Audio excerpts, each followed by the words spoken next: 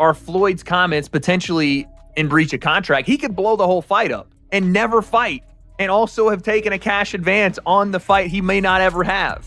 He's broke! He's broke! He's broke!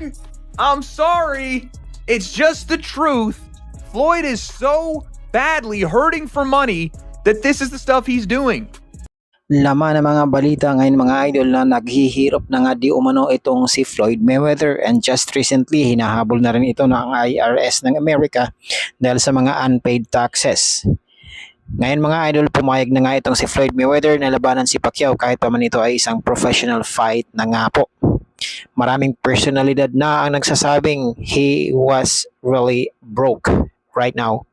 So naghihirap na nga, isa na dito si Oscar De La Hoya at marami pang iba dahil nga ito sa luho ng klase ng pamumuhay nitong si Mayweather.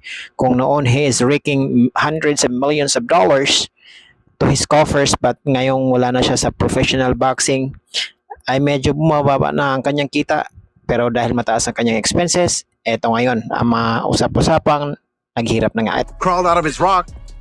He needs money. You think he needs money? Absolutely. He's always flossy. It's absolutely, he needs money. You think Is that what's his feeling? But he signed a real fight. So it's for sure. Yes, the contract that we signed is a real fight. Sa kabila ng lahat mga idol, may isang taong pumapabor naman dito at ibang tingin niya sa mga pangyayari ngayon sa buhay ni Floyd Mayweather. Ayon kay Timothy Bradley, maaaring ang ginagawa ngayon ni Floyd Mayweather ay isang business strategy. Paano niya nasabi? Eto ang buong kwento. But you can. You can put a non-refundable attachment on this and be like, all right, hey, I need an advancement for training. I need $3-4 million or whatever for training expenses. And if they agree to say yeah, and he put in a contract that is non-refundable, it's free money. You know, Mayweather was, it's been reported, I should say, allegedly, that, he's been, a little upside down on some of his taxes and some of his properties. And he needed to come back and fight and take care of that. Well, he got some cheese from that advance, man. Damn it, I don't know for sure, but damn it, I'm probably about, I know I'm 85, 90%. I'm telling you, because I don't think he'll be doing this.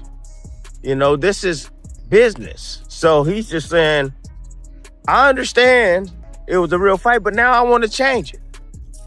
I want to change it now. I got my advancement. Now I want to change. So mga idol, if you were to ask, saan ka papanig? On the side of those who criticized Floyd that he is now broke, or dun kayo kay Bradley na nagsasabing maaring isang ito ay business strategy, trying to get some money up front, and dapat daw nakalagay sa kontrata na this money na advance payment para sa kanya for training purposes must be non-refundable. Tingin nyo mga idol.